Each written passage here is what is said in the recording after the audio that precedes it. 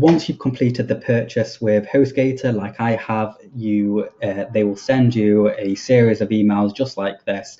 And in one of these emails, particularly the account info, it should have your account information so you can log in.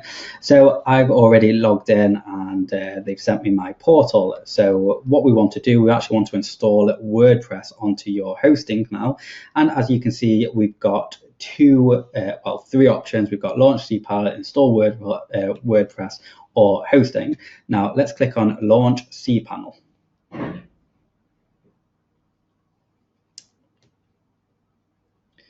Now, very quickly, this this portal area will contain everything you need, which is going to be to do with your website. Now, if you want to create email accounts, you just click on email accounts. If you want to do other things, it's all here. But the only thing that we're going to worry about at the moment is build a new WordPress website. So let's click on that.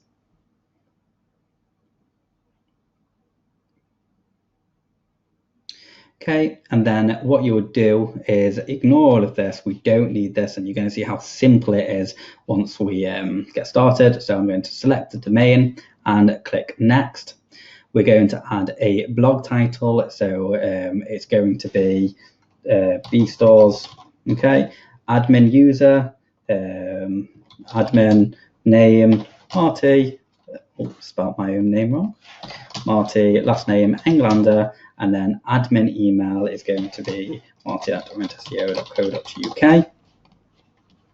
Okay, and yes, automatically create a new database and terms of agreement, and then press install. Okay. Now you wait for this to finish, and you can see it's saying overall website progress 60%, and then you want to press login.